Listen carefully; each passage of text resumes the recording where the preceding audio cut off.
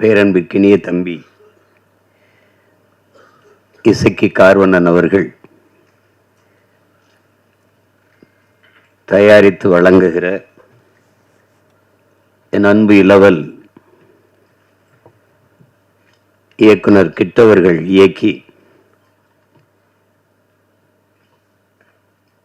வரவிருக்கிற ஆட்டி திரைப்படத்தினுடைய முன்னோட்ட வெளியீட்டு விழாவிற்கு வருகை தந்து வாழ்த்தி அமர்ந்திருக்கிற பெருமக்கள், என்னுடைய அன்பிற்கினிய கசாலி அவர்கள், என் ஆருயிர் தம்பி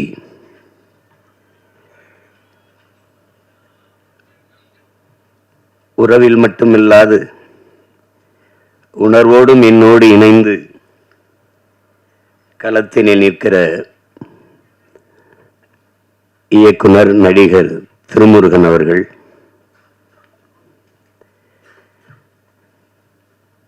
இந்த கலைஞர்களை நிகழ்வை சிறப்பிக்க வந்திருக்கிற பாராட்ட வந்திருக்கிற என் அன்பு தம்பி கேலி சித்திரத்தின் மூலம் சமூகத்தை சிந்திக்க தூண்டிய சிற்பி, கட்டுரையாளன், பேச்சாளன், கருத்தாளன் பாலா அவர்கள்,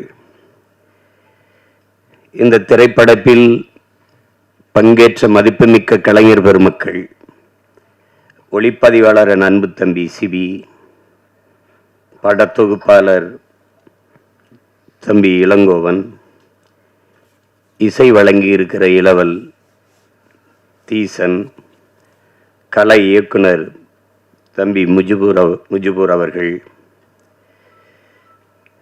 சண்டை இயக்குனர் தம்பி சுரேஷ் அவர்கள், ஆடை நிபுணர் பூங்குயில் கிட்டு அவர்கள்,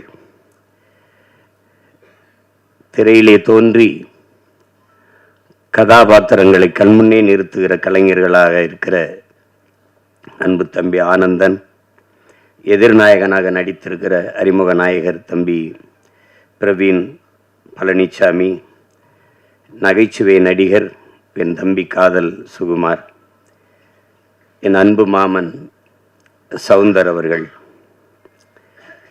கதாநாயகியாக இருக்கிற அன்பிற்கினிய அபி நட்சத்திரா அவர்கள், எல்லோருக்கும் என்னுடைய அன்பும் வாழ்த்துக்களும். இந்த நிகழ்விலே பங்கேற்று இதை உலகெங்கும் பரவி வாழ்கிற என் உயிர் சொந்தங்களிடத்தில் கொண்டு போய் சேர்க்க இருக்கிற அச்சு ஊடக, காணொளி ஊடக என் உறவுகள் அனைவருக்கும், குறிப்பாக மதிப்புமிக்க பெருமக்கள் அன்புக்கினி அண்ணன் நெல்லை சுந்தராஜன் அவர்கள், பெருதுளசி பழனிவேலுங்கையா அவர்கள், தம்பி மீனாட்சி போன்ற மதிப்புமிக்க பெருமக்கள், எப்போதும் நான் பேரன்பு கொண்டு நேசிக்கிற என் அன்பு சொந்தங்கள், உங்கள் அனைவருக்கும் என்னுடைய அன்பும் வணக்கமும். காதல் சுகுமார் ஒரு நகைச்சுவை நடிகர் அப்படி பார்க்குறோமானால், அவன் மற்ற நடிகர்களைப் போல ஒரு புகழ்பெற்ற ஒரு திரைக்கலைஞராக இல்லை என்றாலும் அவன் ஒரு ஆகச்சிறந்த தமிழ் மகன், பெரிய உணர்வு கொண்ட, இன உணர்வும் மான உணர்வும் கொண்ட ஒரு மகன். அந்த சூழலிலே அவன் வளர்ந்து வந்து கொண்டிருக்கிற காலங்களிலே இன உணர்வோடு எந்த நாட்டிற்கு சென்றாலும் தன்னுடைய உணர்வு குன்றாமல் நம் உறவுகளிடத்திலே நின்ற ஒரு தம்பி. அதனால் அவனிடத்தில் எனக்கு ஒரு தனிப்பட்ட பேரன்பு எப்போதும் உண்டு. இங்கே என் அன்பிற்கினிய தம்பி துரைமுருகன் அவர்கள் சொன்னது போல, துரையும் கிட்டும் சேர்ந்து தான் அந்த நையப்புடை அந்த வலையொலியை தொடங்கினார்கள். ரொம்ப நன்றாக செய்தார்கள். கிட்டுவிட்ட இயற்கையிலேயே அவன்கிட்ட ஒரு சிறந்த படைப்பாற்றல் அவனுக்கிட்ட உண்டு. அது எதையுமே சுருக்கமாக அதை சொல்லி புரிய வச்சுருவான் ஒரு இதை. அதில் நகைச்சுவை உணர்வோடு கேலியும் கிண்டலுமா கொண்டு போய் சேர்க்கறதுல பெரிய கெட்டிக்காரன். அவன் எங்களோடு இந்த அரசியல் பயணத்தில் இல்லாத திரைப்பயணத்தில் போனது எனக்கு மகிழ்ச்சியாக இருந்தாலும், ஆனால் எங்களுக்கு அது ஒரு இழப்பு தான். அப்படிப்பட்ட ஒரு படைப்பாளி இழந்திருப்பது இழப்பு தான். இப்போ அதில் அவன் திரைத்துறை பக்கம் வந்து பல படங்களை இயக்கினான். அவன் இயக்கிய படத்தில் எனக்கு அந்த சல்லியர்கள் படம் நம்ம நிறைவை தந்தது. அந்த படத்தினுடைய 2 நிகழ்விலையும் நான் பங்கேற்று பேசினேன். அந்த படத்தை என் தம்பி துரை சொன்ன மாதிரி 150 கோடி முதலீடு செய்து எடுக்கிறவர்களுக்கு கதை இல்லை, 1.5 கோடியில் ஆகச்சிறந்த படத்தை எடுப்பான். அப்படி ஒரு படைப்பாளி. சல்லியர்கள் படம் பார்த்தீங்கன்னா உங்களுக்கு தெரியும், ரொம்ப நல்லா எடுத்துப்பான், நேர்த்தியாக எடுத்துப்பாப்புல. எங்களுக்கு ஒரு பயம் என்னென்றால், இந்த எங்களுடைய விடுதலை போராட்டங்களை இன அழிப்பு அந்த தொடும்போது அது ரொம்ப உணர்வுபூர்வமானது, அது சரியாக செய்யணும், இல்லைன்னா சிக்கலாயிடும். எங்கள் தலைவருக்கு அதில் ஒரு பெரிய கனவு. அவரை போல இந்த இனத்தில் பிறந்தவனில் திரைக்கலையை நேசித்த ஒரு மகன் இதுவரைக்கும் இருக்க முடியாது. இங்கே இருந்த கட்சிகள், குறிப்பாக கம்யூனிஸ்ட் இயக்கங்கள், திராவிட இயக்கங்கள் எல்லாம் திரைக்கலையை வந்து ஒரு சாக்கடை, குப்பை, சினிமாக்கார பயல், இப்படி தான் பேசி பேசி அதை எதுனா சாக்கடையே என்றே சொல்லி கொண்டு விட்டார்கள். அதில் உருண்டு பிறண்ட நாயும் பண்ணியெல்லாம் நாட்டாண்டுட்டு போயிடுச்சு. இதுதான் நடந்தது பெரிய விபத்து. அது திரைக்கலையை ஒரு எங்கள் தலைவன் என்கிட்ட சொல்றார் பாருங்க, திரைக்கலை என்பது அறிவியலின் அழகான குழந்தைன்னு சொல்றாரு. அந்த வார்த்தையை எப்படி பயன்படுத்துறாரு பாருங்க, அறிவியலின் அழகான குழந்தை. திரைக்கலை ஒவ்வொரு தேசிய இனத்தின் அழகிய கலை முகம். எப்படி வைக்கிறார் பாருங்க. இப்படி பேசல அவர் மெதுவாக சொல்றாரு, நான் அதை எடுத்து சொல்றேன். அந்த பார்வை அவர் இடத்துல இருந்தது. அது காரணம் வந்து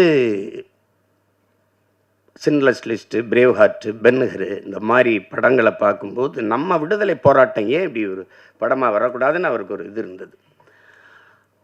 ஒரு கெடுவாய்ப்பா தமிழ் பேரினத்தில் அவர் ஒரு நிர்வாக தலைவனாக இல்லாமல் தன் இன விடுதலைக்கு போராட்ட களத்தில், போர்க்களத்தில் நிற்கக்கூடிய தலைவனாக இருந்துட்டான். அவன் மட்டும் இவர்களை மேலே 50 ஆண்டு 60 ஆண்டு 10 ஆண்டு 20 ஆண்டுலாம் ஆள்றந்த உலகத்திலே தலை சிறந்த நாடாக தன் இனம் வாழ்கிற நாட்டை கொண்டு வருகிறான். அவனுடைய கனவு வந்து பல்லாயிரம் ஆண்டுகளாக தம் முன்னோர்கள் தூக்கி சுமந்த கனவு, அவன் அறம் சார்ந்து வாழ்ந்த ஆட்சி செய்த மறவர்களின் கனவு. அதனால அப்படிப்பட்ட ஒரு தலைவன். அதுக்காக பெருமுயற்சி எடுத்தார். இது தன்னுடைய போராட்டத்தை இப்படியாவது எடுத்து கொண்டு போகணும்னு எடுத்தார், சின்ன சின்னதாக. அதுக்குள்ளே எங்களுக்கு காலம் சரியாக வரலை, அது கெடுவாய்ப்பாக அமையலை, முடிஞ்சிடுச்சு. அதனால் இந்த மாதிரி படங்களை எடுக்கும்போது ஒரு நடுக்கம் இருக்கும். அது சரியாக செய்யணும், இல்லைன்னா தப்பாக போயிடும். வரலாற்றை தவறாக பதியக்கூடாது, உங்களுக்கு தெரியும்.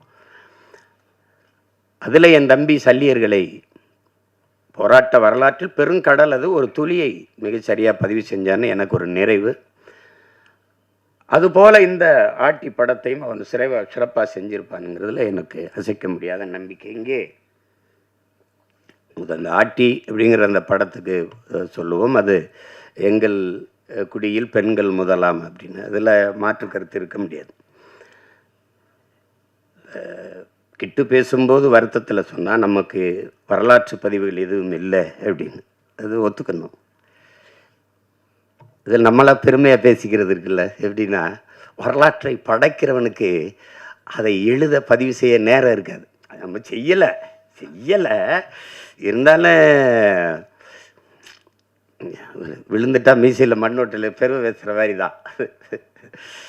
அடி இப்படி அடித்தானே, எவ்வளோ அடித்தாலும் தாங்கினேன் பார்த்தில்ல, அது மாதிரி பேசிக்கிறதா.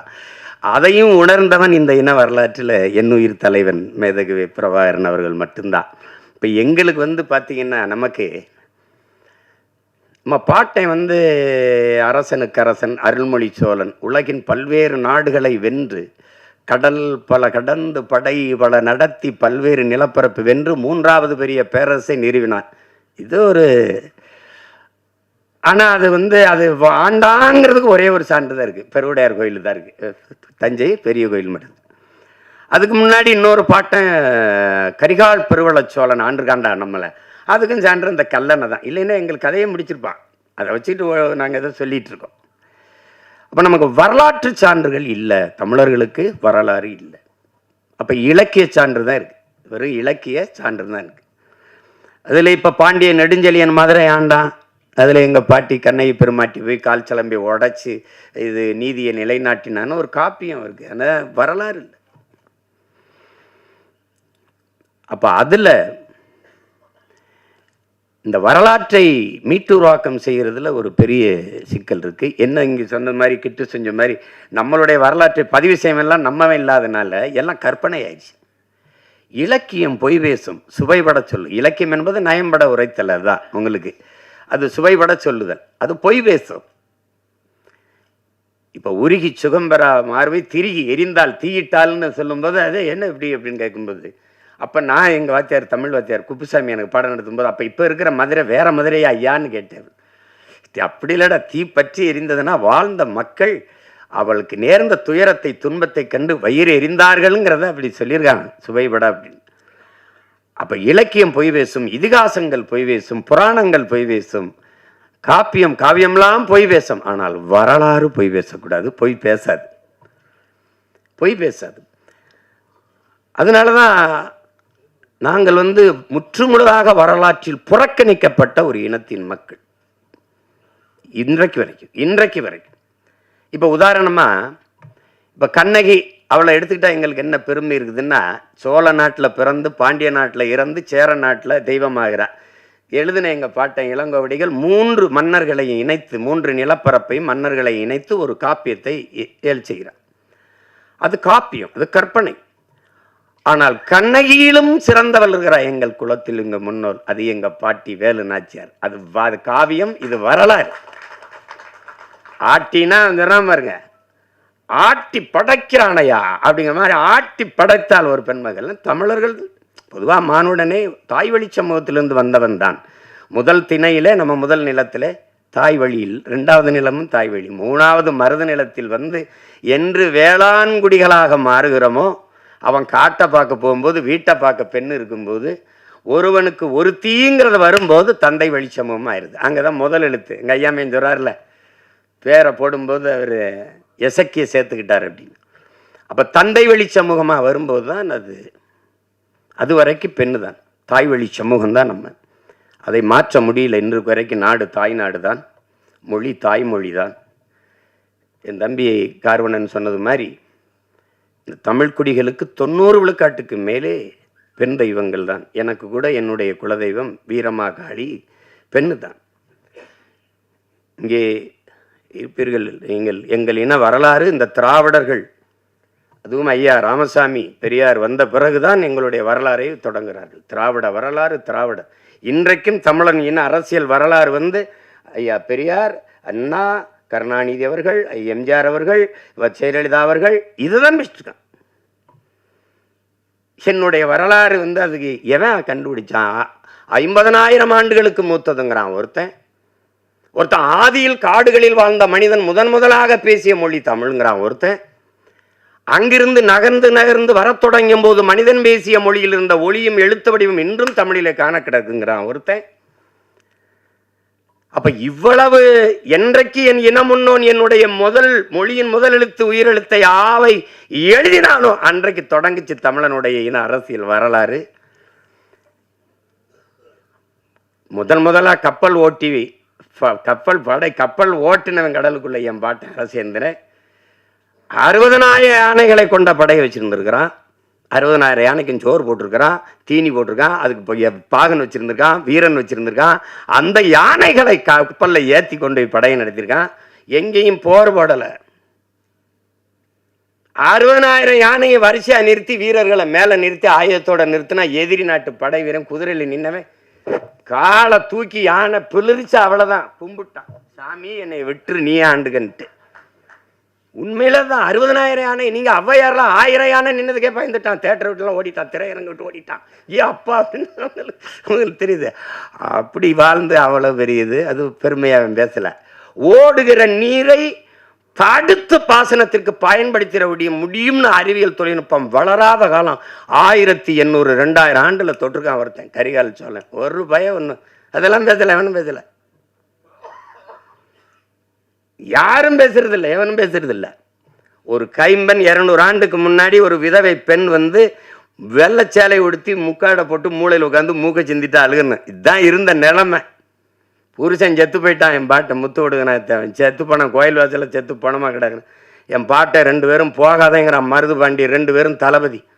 போக வேணாம், வெள்ளைக்காரன் வருவான் சுற்றுவான் அப்படின்னு பயப்படுது. ஒன்று கவலையே படாமல் மகளை தூக்கிக்கிட்டு போய் அவன் உயிரற்ற கிடந்த உடலின் மீது சத்தியம் செஞ்சு இழந்த நிலத்தை நான் மீட்டே தீர்வேன்னு போறா ஒரு மகள், ஒரு கைம்பெண். இந்த சமூகம் சொல்ற மாதிரி ஒரு பெண்மகள். என் அன்பு சொந்தங்களை நீங்க கொஞ்சிருங்க, இந்த நிலத்தில் எத்தனையோ வீரம் இருந்திருக்கான்.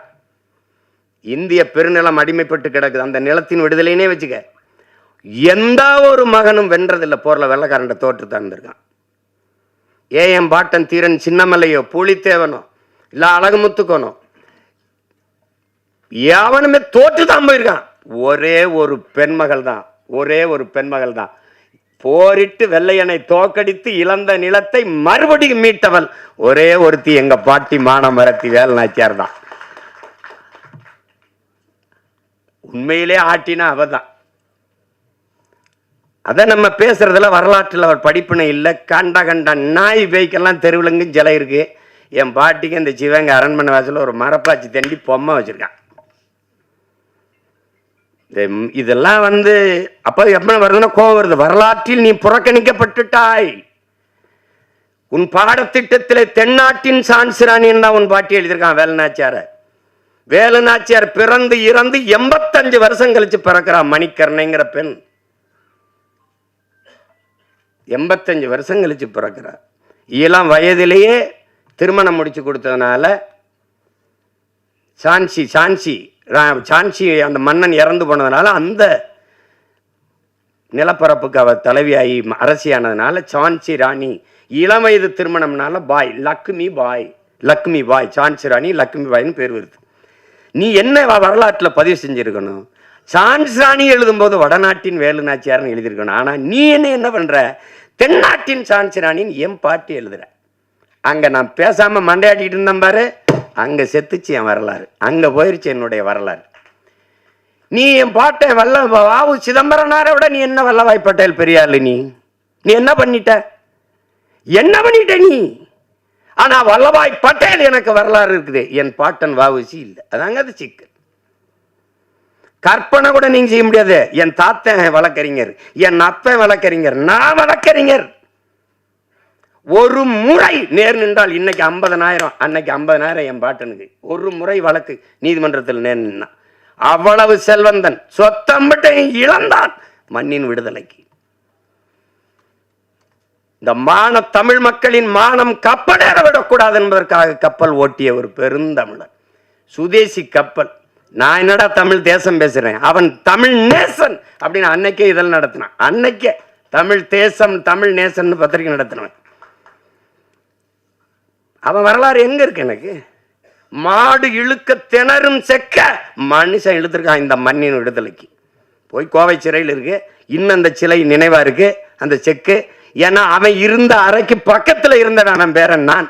அதே கோவை சிறையில பக்கத்து அறையில செக்கிழுத்த செம்மல் வாவு சிதம்பரனார் இருந்த சிறை அப்படின்னு எழுதி வச்சிருக்கான். அந்த அறை எழுதி வச்சிருக்கான். வேணா நீ வேணா போயிட்டு அவனு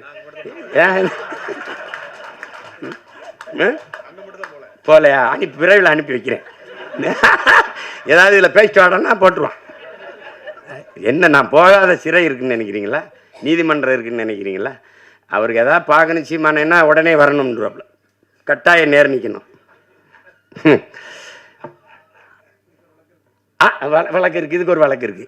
வல்லபாய் பட்டேல படித்தோம், நம்மளுடைய பாட்டன் வாவு சிதம்பரனாரே படிக்கல. நீங்கள்லாம் நான் கோவப்படுறேன்றீங்க, நான் கோவப்படுறதே பரவாயில்ல. என் தம்பியெல்லாம் கொந்தளிச்சிட்டாப்ல. இங்கே பாருங்க, தொலைக்காட்சியில் என் உடன் பிறந்தாரெல்லாம் இருக்கிறீங்க. தந்தை பெரியார், கலைஞர் அதான் பேசுறீங்க. நீங்கள் ஜெயலலிதா அம்மா சொல்லணும், இவர் வந்து அப்பா சொல்லணும், அவரை தந்தை சொல்லணும், இவரை கலைஞர் சொல்லணும். ஆனால் எங்களை மட்டும் வாவூசி மாப்போசி என்னடா சிசின்னு வச்சுட்டுக்கிற நீ? எப்படி இருக்கு? எந்த மான தமிழன் இதை ஏற்பான்? வாவூசி மாப்போசி, என் சிலம்பு செல்வர் மாப்போசி, செக்கிழுத்த செம்மல் வாவூசி சொல்ல முடியாத ஒன்னல்ல. தமிழ் தென்றல் திருவிக்கா, தனித்தமிழ் அடிகளார் மறைமலை அடிகள், முத்தமிழ் காவலன் கியாப்பை விஸ்வநாதர் பேச முடியாத ஒன்னல்ல. பேச முடியுமா? முடியாது. திரைப்படத்தில் நடித்தோம்னா தலைவர் என்ன சொல்றாருன்ற, தலைவர் என்ன சொல்ற, எங்க தலைவர் என்ன சொல்ற, திருப்பிரபாகரன்ற. டேய், கழுத்தை திரி விடலையும் பார்த்துரு. நீ ஏன் அவரை மேதகன்னு சொல்ல மாட்டியா? சொல்ல மாட்டியா? பேசுறத பாரு, நீ பேசுறத பாரு. அவன் பேசு, நாளைக்கு கூட பேசுவான் பாரு. பேச்சு எப்படி பேசுவான் பாரு. தமிழர் தந்தை சீபாதித்தனார் சொல்ல முடியாதா? சொல்ல முடியாதா? சிந்தனை சிற்பி சிங்கார வேளர் அப்படி சொல்லியிருக்கியா நீ? எங்கேயாது சொல்லியிருக்கியா? ஆனா இதை மட்டும் பாரு, இதை மட்டும் தமிழன் விழித்து கொள்ளனேன்னு வச்சுக்கிறீங்க. பெரியார் தந்தையாய், ஐயா ஸ்டாலின் அப்பாவாயி, ஜெயலலிதா அம்மாவாயி, நம்மெல்லாம் எவன் என்னன்னு தெரியாம போயிடும். பெத்தப்ப அம்மாவை மறந்துட்டு நீ தான் அம்மா அப்பான்னு சொல்லிட்டு இப்போ திருவேன். இப்படிதான் உன் வரலாற்றை இழந்த நீ, இப்படிதான் இழந்த. நான் தான் படிக்க வச்சேங்கிறத நீ எப்படி நம்பின? எப்படி நம்பின நீ? எப்படி நம்பின? உன் இனத்தில் எத்தனை பெண்பார் புலவர்கள்? 100க்கும் மேற்பட்ட பெண்பார் புலவர்கள். நச்சினார், கிணியர், அவ்வை, எத்தனை அறிவு மூதாட்டியே உன் பெண் பெருமகள் அவ்வை. பெண்களை காப்பிய நாயகராக வச்சு பாடியவன் தமிழன். சிலப்பதிகாரம், மணிமேகலை, எத்தனை காப்பியங்கள். குல தெய்வங்களாக வச்சு கும்பிட்டவன் தமிழன். அப்ப எப்படி எங்க நீங்க நான் தான் பெண்ணடிமை நீக்கணும்? எங்க நீக்கணும்? நீ படிக்க வச்ச சரி எதை? திருக்குறளை, சிலப்பதிகாரத்தை, மணிமேகலையை, சிவக சிந்தாமணியை, வளையாபதியை, குண்டலகேசியை, ஐங்குறுநூறுவை, 18 அகநானூறுவை, புறநானூறுவை, கலித்தொகையை, கலிங்கத்து பரணியை படிக்க வச்ச, கம்ப ராமாயணத்தை படிக்க வச்ச. இதையெல்லாம் எழுதினவனை எவன்டா படிக்க வச்சது? பதில் வச்சிருக்கியா? பதில் வச்சிருக்கியா? பெரியார் தான் படிக்க வச்சார். வச்சுக்க. பக்கத்தில் இருந்த அறிஞர் அண்ணாவா WMA 2 முதுகலை படித்தார். அண்ணாதுரை ஐயா, அதுக்கப்புறம் ஐயா அன்பழகன், நெடுஞ்செழியன், இவர்கள் 3 பேரையும் படிக்க வச்சது யாரு? அவருக்கு பக்கத்திலே உட்கார்ந்துருந்தாங்களப்பா. ஏன் இதெல்லாம் நீ கேள்வி எழுப்பல? வரலாற்றை மறந்து விட்ட இனம் சுடுகாட்டில் இறந்து கிடக்கிற பிணம்ங்கிறாங்க கோசிமி. எங்க இருக்குது ஒன்னோடு? எங்க நீ பெண்ணை அடிமைப்படுத்தின? தமிழன் பல்வேறு நிலப்பரப்பை வென்றான், எந்த இனத்தையாவது அடிமைப்படுத்தி ஆண்டான். ஒரு செய்தி சொல்றா பாப்போம். என் மாண்புடா, என் மாண்பு தமிழ் பேரன்பின் தாயிடா. இல்லைன்னா யாரும் ஊரே யாவரும் கேளீர்னு எந்த மொழி சொல்லியிருக்குடா? பிறப்பு ஒக்கும் எல்லா மனிதருக்கும் கூட பாடல, எல்லா உயிருக்கும். உலகத்துல எந்த மொழி சொன்னது? என் தமிழ் தான் சொன்னது. என் தமிழ் தான் பாடியது. புதியது ஒரு உலகம் செய்வோம், கெட்ட போரிடும் உலகத்தை வேரோடு சாய்ப்போம். என் தமிழ் தான், என் தமிழ் தான். காக்கை குருவி எங்கள் சாதி, நீல் கடலும் மலையும் எங்கள் கூட்டம். எங்கள் தமிழ் தான். இது எனக்கெல்லாம் கற்பிச்சேங்கிற. பாரதி பிறந்து இறந்து 1921 நம்ம பாட்டன் பாரதி இறந்து போறான். 36 தான் ஐயா ராமசாமி பெரியார் பேசவே ஆரம்பிக்கிறாப்ல. பேசவே ஆரம்பிக்கிறார். அவன் பாடாத பெண்ணியமாடா, அவன் பாடாத கல்வியை வலியுறுத்தியாடா? எப்படி? தமிழை சனியன் என்கிறார், அவன் இனிது என்கிறார். வான் அளந்த அனைத்தும் அளந்த வன்மொழி வாழியவங்கிறான். வான் அளந்த அனைத்தும் அறிந்தவரா என் தமிழ்ங்கிறான். வான் அளந்த அனைத்தும் அறிந்தவரா என் தமிழ் வளர்மொழி வாழியவேங்கிறான். நீ காட்டு மிராண்டிங்க. சிங்களம் புட்ககம் சாவகம் யாவும் சென்றேறி பல தீவனுக்கும் சென்றேறி அங்கு தங்கள் புலிக்கொடி மீன்கொடி நின்று சால்புற கண்டவர் தாய் நாடுங்கிறான். எப்படி? நீ காட்டு மிராண்டிங்கிற. அவன் என்ன தர்றான் பாருங்க, முட்டாள்கள்ங்கிற. உலகம்புறாவென்று தன் கொடியை நாட்டியவன்டா பரம்பரையிடாவேங்கிறான். எப்படி இருக்கு? வெறியில தான் ஒருத்தன் வந்துட்டான். டே, தாய பழித்தவனை யாரு தடுத்தாலும் விடாதே, உன் தமிழை பழித்தவனை தாயே தடுத்தாலும் விடாதேங்கிறான். இதுல எங்கிட்டு இருக்கார் பெரியார் சிறியார்? எங்களுக்கு எவனா இருந்தாலும் சரிதான். என் மொழியை இழிவு செய்தவன் எவனா இருந்தாலும் எங்களுக்கு எதிரி தான். தமிழ் சனியன் ஒளி, முதல்ல அந்த சனியனை ஒளிடா. இதான்டா கோட்பாடு. இல்ல பெரிய தத்துவம் அதெல்லாம் தூக்கிட்டு வர்றதில்லை. எங்க கோட்பாடை பாரு. இப்படி எவனா பத்தியா, என் இறைடா, என் இறை சிவன் தன் உடலில் சரி பாதையை கொடுத்து நிற்கிறான். அது ஆணுக்கு பெண் சமம் அல்ல என் உடன் பிறந்தார்களே, ஆணும் பெண்ணும் சமம். அதுதான் எங்க கோட்பாடு, எங்கள் நிலைப்பாடு. ஆணுக்கு பெண் என்ற கோட்பாட்டை ஏற்கலாம். ஆணும் பெண்ணும் சமம். அதை நிறுவி காட்டியவன் எங்கள் உயிர் தலைவன். ஆணுக்கு நிகராக பெண்ணுக்கு அரசியல் செய்ய காவல்துறையிலே, வான்படையிலே, கடற்புடி படையிலே, கரும்புடி படையிலே எல்லாவற்றிலும் சமபங்கை கொடுத்தவன் என் உயிர் தலைவன் மேதகுவே பிரபாகரன் அவர்கள். அதைத்தான் அவன் பிள்ளைகள் இன்று 234 இடம் என்றால் 117 ஆண்கள் 117 பெண்களை கொடுக்க காரணம் அதுதான். இதில் பெருமை ஒன்றுமில்லை, பிறவி கடமை செய்கிறோம், அவ்வளவுதான். பெண்ணை போற்றாத எந்த இனமடா உயர்வடைஞ்சிருக்கு. பெண்ணு என்னது தனியா வந்து ஒப்பந்தம் பண்ணி செய்யற பொம்மை அது. என்னை பெற்றவளடா, என் உடன் பிறந்தவளடா. அதன் போற்றாத சமூகம் எப்படி மேன்மை அடையும்? எப்படி உயர்வடையும்? எப்படி உயர்வடையும்? பெண்ணடிமை தீரு மட்டும் பேசும் திருநாட்டில் மண்ணடிமை தீர்ந்து வருதல் முயல் கொம்பேங்கிறான் புரட்சி பாவலர். அதான் இங்க இருக்கிறது. பெண்ணால முடியாதுன்னு என்ன இருக்குது? அப்ப எப்படி எங்க பாட்டியால முடிஞ்சது, வேலுநாச்சியாரால முடிஞ்சது? நடந்தது நிகழ்காலத்தில். பெண்புலி எங்க தலைவர் வந்து ஒரு இதாக கொடுக்குறாரு, ஒரு இலக்கை, இதை போய் செய்யுங்கன்னு. பல முறை ஆண் போராளிகள் நம்ம பிள்ளைங்க போய் பாருங்க, தோற்று வராங்க. போன எல்லாருமே ஆண் புலிகள் தான். ஏன் இதில் பெண் புலிகளுக்கு நம்ம பிள்ளைகளுக்கு வாய்ப்பு கொடுக்கல? ஏன் அவங்க போகலன்னு தலைவர் கேட்கும்போது, நம்மளாலே முடியல, நம்ம பசங்களாலே முடியல, பெண்கள் எப்படி அண்ணான்னு கேட்கும்போது, இல்லை ஒரு தடவை கொடுத்து பாருங்களேன் வாய்ப்பு. சரியாக போய் அந்த இலக்கை வென்று முடித்து வந்தார்கள். உங்களுக்கு தெரியும், நம்மளுடைய அங்கையர்கண்ணி நம்முடைய அக்கால் முதல் பெண் கரும்புலி, உங்களுக்கு தெரியும் எல்லாம். உங்களால் கற்பனை செய்ய முடிகிறதா? என் உடன் பிறந்தார்களே, பேரன்புமிக்க பெற்றோர்களே, சிங்கள இராணுவ கடற்படையினுடைய மொத்த கட்டுப்பாட்டையும் வைத்திருக்கிற ஒரு கப்பல், ஒரு போர்க்கப்பல். அந்த கப்பலில் தான் மொத்த கடற்படை இயக்கமும் இருக்கு. அதான் இருக்குது, அதுக்குள்ள இருக்கு. அதை தகர்க்கணும். அதை தகர்க்க ஒரு தலைவன் யாரை தேர்வு செஞ்சிருக்கலாம்? ஆனால் ஒரு பெண்மகள், அவள் பேர் அங்கையர்கண்ணி. அந்த அங்கையர்கண்ணி அவள் கரும்புலியாக அவளை தேர்வு செய்கிறாங்க. அப்படின்னா நெஞ்சில் குண்டை கட்டிட்டு வெடிக்கணும். அவளே ஆயுதமாக மாறணும். அதான் கரும்புலின்னா அவளே ஆயுதம், உயிரே ஆயுதம். அதுதான் அது. அப்போ போகும்போது அவளுக்கு அந்த 2-3 நாளில், நாளை காலையில் ஒரு கரும்புலி மறவனுக்கு இந்த நாளில், இந்த கிழமையில், இந்த தேதியில், இந்த நேரத்தில் நான் சாகப் போகிறேன் என்பது தெரியும்.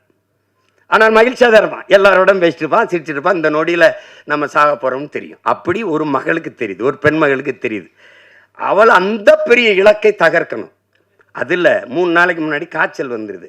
இந்த காய்ச்சல் அடிக்கிறதே சக தோழிகளுக்கோ தோழர் போராளிகளுக்கோ சொல்லிட்டா அன்னைக்கு தகவல் போயிடும். இவங்களுக்கு உடம்பு முடியலன்னா அன்னை நம்மளை பின்னடை வச்சுட்டு வேற ஆளை தேர்வு பண்ணிடுவாருன்ட்டு அதை விட்டு கொடுக்காம, அதை சொல்லாமல், தன் உடல் நிலை சரியில்லாதையும் சொல்லாமல் அந்த மகள் அப்படியே வச்சு அந்த உடல் அந்த காய்ச்சல் அடிக்கிறதோட அவள் அதிகாலையில் பயணப்படுறா. போய் அந்த தாக்குதலுக்கு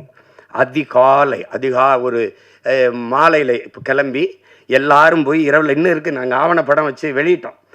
பயணம் அனுப்பி வைக்கிறாங்க. தன்னுடைய சகாக்கள் எல்லாம் போய் ஒரே மகள் 36 கிலோமீட்டரை ஒரு கடுங்குளிரில் கடலுக்குள்ள தனி மகளா, ஒரு பெண்மகள் ஒரே மகள் அந்த குளிர்ந்த அடர்ந்த குளிருக்குள்ள ஆழ்கடல் நீஞ்சி போறா. 36 கிலோமீட்டரை 13 மணி நேரங்கள் ஒரே மகள் தனியாக நீஞ்சி போய் இந்த இரவு முடிஞ்ச அடுத்த பகல் தொடங்குற இந்த 12 மணிக்கு நடு உள்ள போய் அந்த கப்பலில் போய் நின்று நடு கப்பலை அடித்து தகர்த்து எரிஞ்சா பாரு. உலகம் திரும்பாச்சு. ஒரு மகள், ஒரு பெண் மகள். குலதெய்வம் எப்படி உருவாகுதே?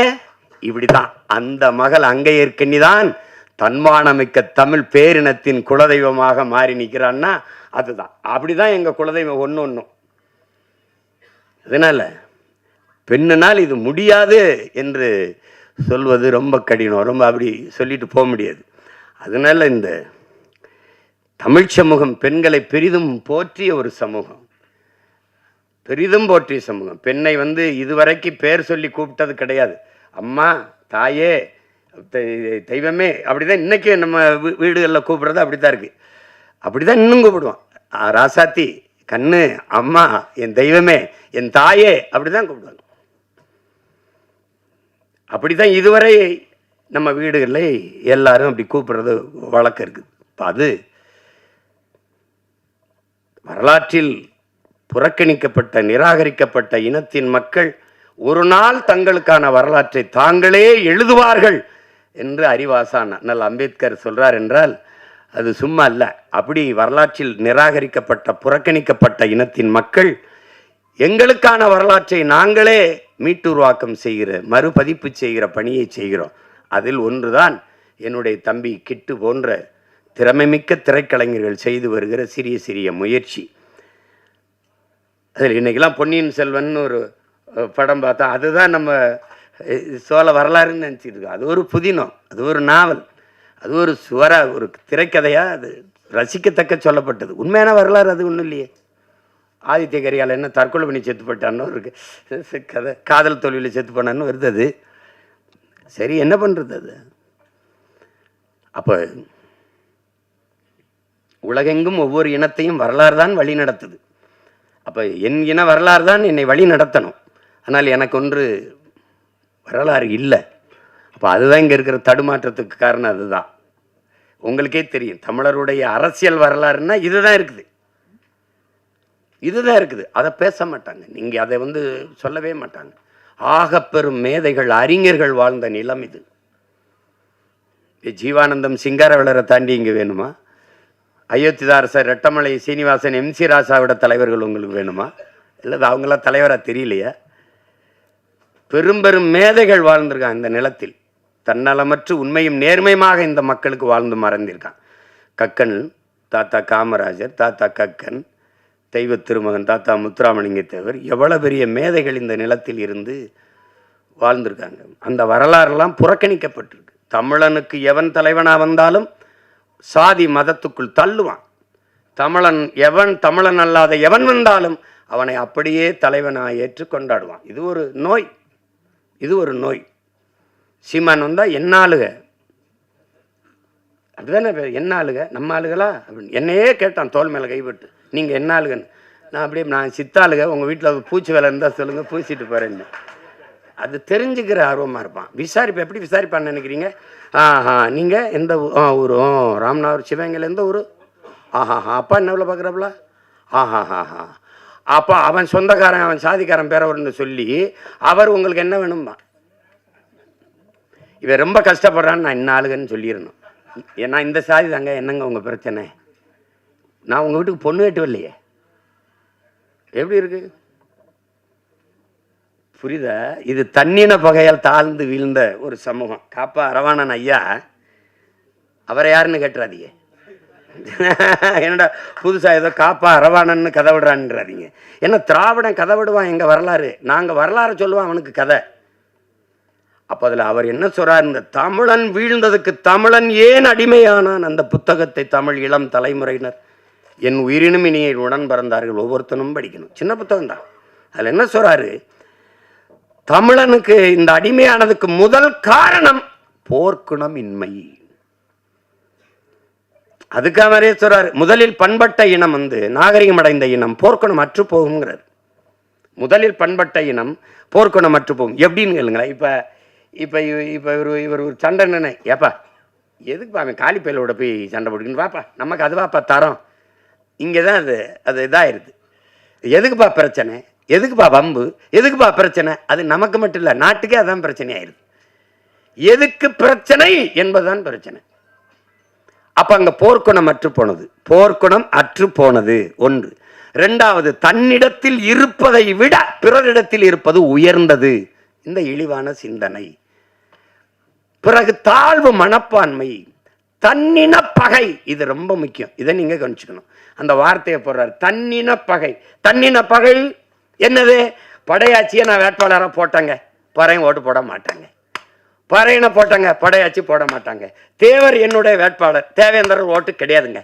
தேவேந்திரர் என்னுடைய வேட்பாளர், தேவர் ஓட்டு கிடையாதுங்க. இதனால சொந்த ரத்தங்களுக்குள் யுத்தம்.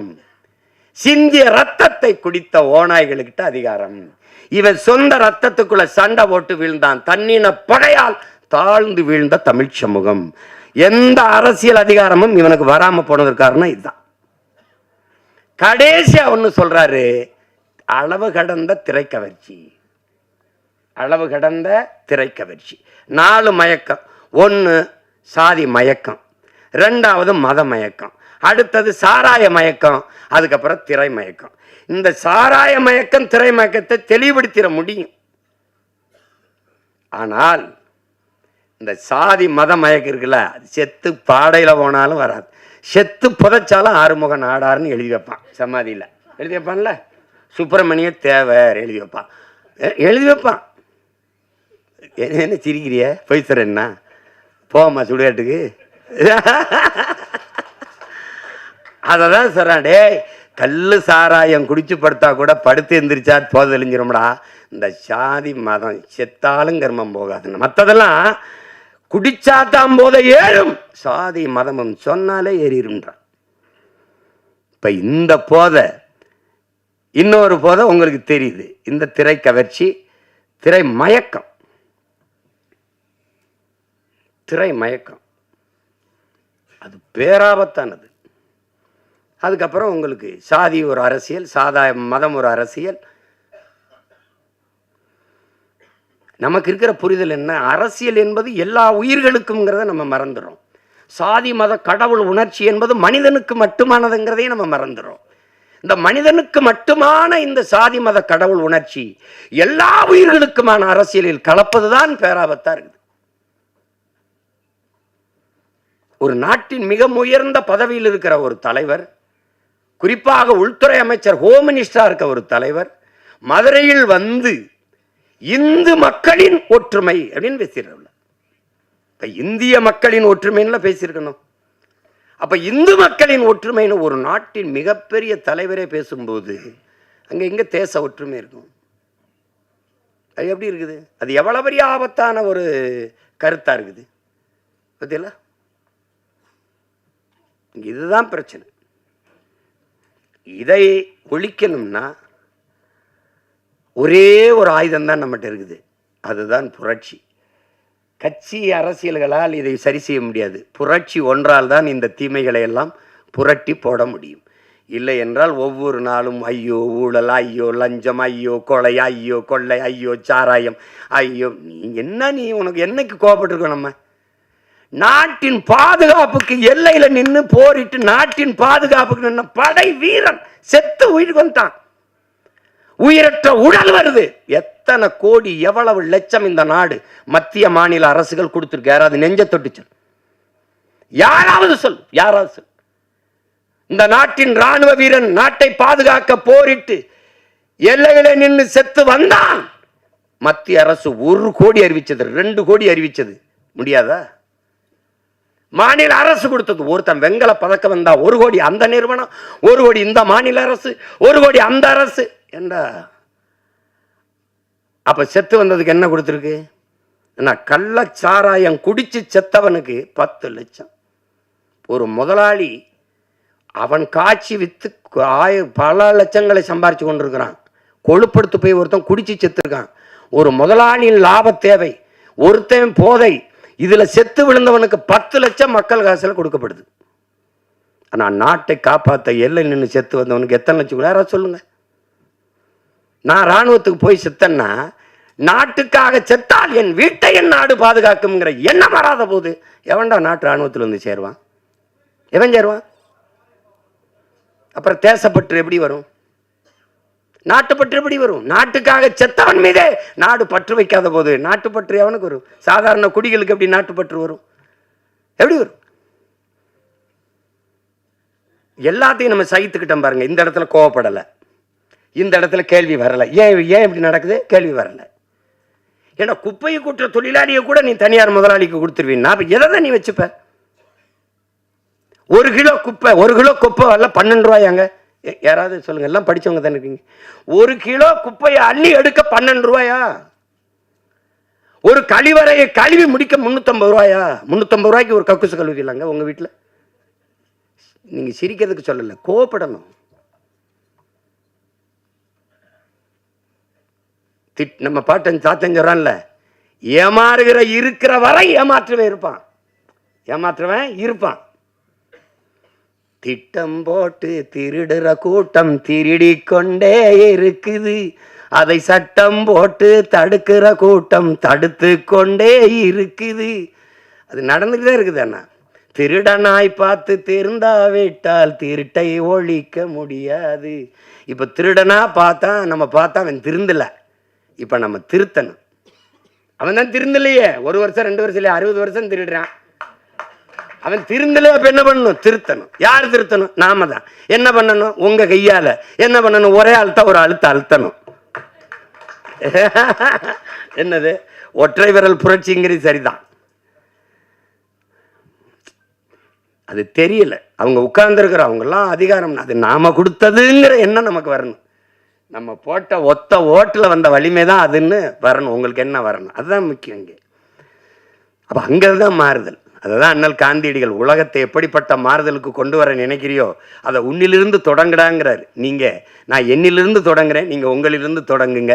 நம்மிலிருந்து நல்ல மாற்றம் தொடங்கட்டும். நான் 6 மாதத்தில் தேர்தல் வருது, அப்போவாவது ஒரு மாறுதல் வருதான்னு பார்ப்போம். அதான் ரொம்ப முக்கியம்.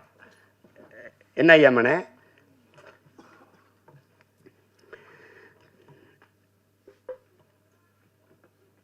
நானும் எங்கள் ஐயா மையனும், எனக்கு ஐயா மையன், அவருக்கு நான் எப்போவுமே அராஜகம்தான். நாங்கள்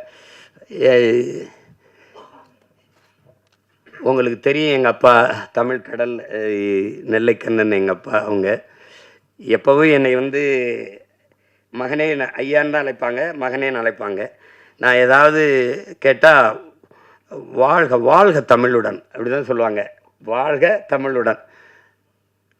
எப்போவுமே வைக்கும்போது ஐயா படிக்கணும், ஐயா படிக்கணும், ஐயா படிக்கணும், ஐயா படிக்கணும், அது சொல்லிட்டு தான் வைப்பாங்க. அப்படி எங்களை தமிழ் பால் ஊட்டி வளர்த்த தாய் தந்தை எல்லாமே எங்கள் அப்பா தான். எங்கள் அப்பாவுடைய அன்பு மகன் எங்கள் ஐயா மகன் சுகா அவர்கள். பெரிய அறிஞர்,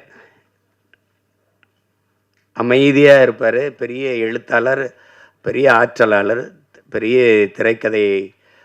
அது அந்த என்னன்னா, எங்கள் அப்பா இளையராஜாவுக்கு முன்னாடி நான் ஒரு காரியம் சாதிக்கணும்னா பாடி காட்டினா போதும். நீ பாடாத நான் செய்கிறேன்ருவாங்க.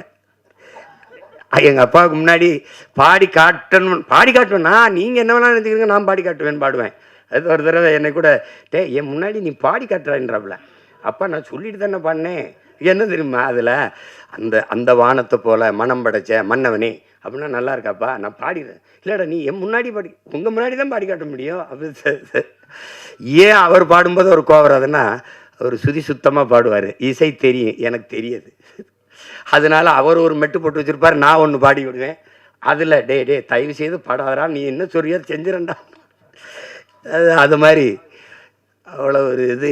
எங்கள் ஐயாமே சொன்னதெல்லாம் உண்மைதான். ஏன்னா உங்ககிட்ட சொல்கிறதுக்கு என்ன, நான் முத மேடையில் எப்படி பேசுறதுன்னு எனக்கு யாரும் கற்றுக் கொடுக்கல. 5 வயசில் எப்படிலாம் மேடையில் ஏறி பேசணும் அப்படின்னு கற்றுக் கொடுக்கல. எப்படி சண்டை போடணும்னு தான் 5 வயசாக இருக்கும்போது ஒரு சிலம்பு கம்பை கொடுத்து கற்றுக்க சொன்னாங்க. அப்புறம் 10ஆவது படிக்கும்போது கராத்தே வகுப்பில் போய் சேர்த்து விட்டாங்க. முதல்ல சண்டை தான் கற்றுக்கிட்டேன், அப்புறம் தான் பேச கற்றுக்கிட்டோம்.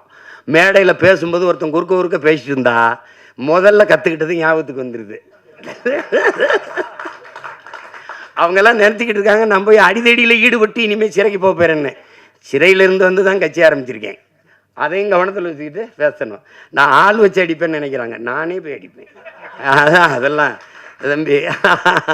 ஏன்னா நான் இங்கே இருக்கிற தலைவர்கள், ஐயா கருணாநிதி ஐயா, ஐயா எம்ஜிஆர் ஐயா, அம்மா ஜெயலலிதா அம்மாவெல்லாம் பார்த்து அரசியல் செய்ய வந்தவன்ல. தான் செத்தாலும் சரி, தன் இனம் வாழ்ந்தால் போதும்னு நின்ன உலகத்தின் தலை சிறந்த வீரன், என் இனத்தின் பெருமாவீரன் பிரபாகரனின் மகன். சும்மா போய் இதெல்லாம் கிடையாது. இப்போ எங்கள் ஐயா ஐயா பரிணாமன் பாடலை நினைவுபடுத்தினாங்க. என் தம்பி எசைக்கு கார்வண்ணன் கூட அன்னையும் பாடி. நாங்கள் இதுதான் வேலை, சமைப்போம், சாப்பிடுவோம், டப்பாவை கவித்து வச்சுக்கிட்டு தாளம் போட்டுக்கிட்டு மாறி மாறி நாங்கள் பாடுவோம். அந்த பாட்டை நம்ம கம்யூனிஸ்ட கட்சிகளில் நாங்கள் பயணிக்கும்போது நம்ம தோழர்கள் பாடினதான் அது ஐயா பரிணாமன் பாடல். குறிப்பாக என்னுடைய தம்பிகள் ரொம்ப நல்லா பாடுவாங்க இது. ஆனால் அதில் என்ன நான் விட்டுட்டேன் பிறன்னா, 10 தலை ராவணனே ஒத்த தலை ராம வென்றான்னு வருது. நமக்கு புரிதல் வரும்போது 10 தலை கிடையாது, அதுவும் வரலாற்று திரிவு தான். கலை 10ல் தலை சிறந்தவன், திசை 8ம் புகழ் கொண்டவன் ராவண பெருந்தகை. அதுதான் அந்த கலை 10ஐ தலைவத்தா பின்னாடி வந்தவன் மாட்டான். ஒருத்தன் 10 தலையோட பிறக்க முடியுமான்னு பாருங்க. அதுல இன்னும் கோவம் வரும் பாருங்க. அந்த ஜண்டு பாம் விளம்பரத்துக்கு அப்படியே வந்து பலே ராவணா ஜண்டு பாம், டே நான் வர்றதுக்குள்ள ஓடி போயிருங்களா, கொண்டே வருவேன். அவன் கலைவத்தில் தலை சிறந்தவன், திசை 8ம் புகழ் கொண்டவன். அதை போய் கலைபத்தை தலைபத்தாக்கி ஒத்த தலை ராம வென்றான்னு போட்டான். அதில் மொத்தத்தில் வீரம் வேணும்னதில் நான் ஒத்துக்கிறேன், அது ஒத்துக்கிறேன். அந்த பாடல் அதை விட்டுற போகிறேன். ஆனால் இவ்வளவு நேரம் இந்த நிகழ்ச்சியை மிக அழகுற நெறியாலை செய்த அன்பு தங்கை கவிதா அவர்களுக்கு என்னுடைய அன்பும் வணக்கமும் வாழ்த்துக்களும். அவங்க ஊடகத்துறையிலையும் பணியாற்றி கொண்டு இதை எங்கள் ஐயாமையும் சொன்னார், அவங்க தமிழ் நல்லா உச்சரித்து பேசுகிறாங்கன்னு. ஏன்னா நாங்கள் தேட வேண்டியது இருக்குது, யார் தமிழ் நல்லா பேசுகிறா. இல்லை, லைஃப்பில் சொல்ல வேண்டியது இல்லை, வாழ்க்கையில் வாழ்வில் இருக்குது, சொல்லு இருக்கு. எல்லா சொற்களுக்கும் நமக்கு உயிர் சொற்கள், வேர் சொற்கள், கணக்கு இல்லாமல் இருக்குது. பயன்படுத்தணும், கொஞ்சம் பயன்படுத்தணும். அதுதான் நம்ம சொல்கிறது, வேறு ஒன்றும் இல்லை. யார் மேலே எங்களுக்கு கோபம் இல்லை. தாய்மொழியை பேச தெரியாத இனம் வாழாது. அதனால் அது அந்த வருத்தம் தான் எங்களுக்கு, அது ஒன்றும் இல்லை. இப்போ தங்கை எப்படி பேசுனதில் எனக்கு ஒன்றும் வருத்தம் இல்லை. ஏன்னா தமிழ் பேசுனா படிக்க தெரியாத பிள்ளைன்னு நினச்சிருவாங்க. நான் பள்ளிக்கூடம் படத்தில் நடிச்சிட்டு இருக்கும்போது இந்த கையெழுத்து நினைவு கையொப்பம் வாங்க வரும்போது நான் தமிழில் கையெழுத்திட்டேன் அன்புடன்னு. சினேகா அவர்கள் ஆங்கிலத்தில் கையெழுத்திட்டாங்க. நான் கேட்டேன் எப்படின்னு, ஐயா நான் தமிழில் தான் போட்டுக்கிட்டு இருந்தேன். ஒரு தடவை தமிழில் போட்டபோது ஒரு அம்மாவும் பொண்ணு கையெழுத்து வாங்கிட்டு போனாங்க. போகும்போது தமிழில் கையெழுத்து போடுறாங்க, இவங்க படிக்கலை போருக்குன்னு. அது தமிழில் கையெழுத்து போட்டால் படிக்கலைன்னு நினச்சிக்கிறான். அப்போ படிக்கலை, பள்ளிக்கூடம் போல அவருக்கு தமிழ்லே பேசிட்டுக்கிறான்னு நினைக்கிறான். அதனால் அந்த பாடல் நீங்கள் கேட்டிருப்பீங்கன்னு நினைக்கிறேன். அதை இப்போ யாரும் அந்த பாடுறது இல்லை. அந்த பாடலில் 10 தலை ராவணன ஒத்த தலை ராம வென்றான். இந்த பாட்டை நானே எங்கள் மாமா சவுந்தர அவர்களும் ஐயா பாக்கியராஜ் வீட்டுக்கு போனோம்னா அது ஒரு தடவை அந்த பாட்டை பாடுங்க அப்படிம்பாங்க. தாளம் போட்டு நாங்கள் பாடுவோம். 10 தலை ராவணன ஒத்த தலை ராம வென்றான், மொத்தத்தில் வீர வேணும் சுடலமாடா. இந்த வித்தைகளை கத்துக்காம, சத்தியத்தை ஒத்துக்காம, கத்துனா போனதெல்லாம் கிடைக்குமாடா தம்பி, கத்துனா போனதெல்லாம் கிடைக்குமாடா. 10 தலை ராவணன் ஒத்த தலை ராம வென்றான், மொத்தத்தில் வீர வேணும் சுடலமாடா. இந்த வித்தைகளை கத்துக்காம, சத்தியத்தை ஒத்துக்காம, கத்துனா போனதெல்லாம் கிடைக்குமாடா தம்பி, கத்துனா போனதெல்லாம் கிடைக்குமாடா. புலி பசித்து கிடந்தாலும் புள்ளை தின்ன மாட்டாது, போட்டதை திங்கிறமே சுடலமாடா. நம்ம பொண்டு உள்ள வாழ்க்கையில கண்ட சுகம் ஏதும் இல்லை, தெண்டத்துக்கு உழைக்கிறமே நியாயமாடா தம்பி, தெண்டத்துக்கு உழைக்கிறமே நியாயமாடா. இது அந்த பாடல் ஐயா பரிணாமன் அவர்கள் எழுதினது. அது ரொம்ப முற்போக்கான பாடல். அந்த வரியை தவிர மற்றெல்லாம் நமக்கு உடன்பாடு. இப்போ இருந்தால் கூட ஐயா மாற்றி அதை கொடுப்பாங்க அதில். அப்போ அது எவ்வளவோ பாடல்கள், எவ்வளவோ சித்தர்கள், ஞானிகள், யோகிகள் எல்லாம் தோன்றி என்னென்னமோ. எங்கள் தாத்தா பட்டுக்கோட்டை சொன்ன மாதிரி முன்பு இயேசு வந்தார், அப்புறம் காந்தி வந்தார், புத்தன் வந்தார், அப்புறம் இயேசு வந்தார், அப்புறம் காந்தி வந்தார். எதையோ சொன்னாங்க. எழுதி எழுதி வச்சாங்க. எல்லாத்தையும் தான் படிச்சீங்க, என்ன பண்ணி கிழிச்சிங்கன்னு தேவையில்ல. அது மாதிரி தான் இப்போ நானும் நாமளாவது எல்லாரும் சேர்ந்து ஏதாவது உருப்படியாக கிழிப்போம் வாங்கன்னு தான் கூப்பிடுறேன். அதுக்கு என்னுடைய தம்பி கிட்டவர்கள் எழுதி இயக்கி என்னுடைய ஆறுயிர் இளவல் இசக்கி கார்வண்ணன் அவர்கள் தயாரிச்சிருக்கிற இந்த ஆட்டி படம் ஒரு சிறிய முயற்சியாக இருக்கும்.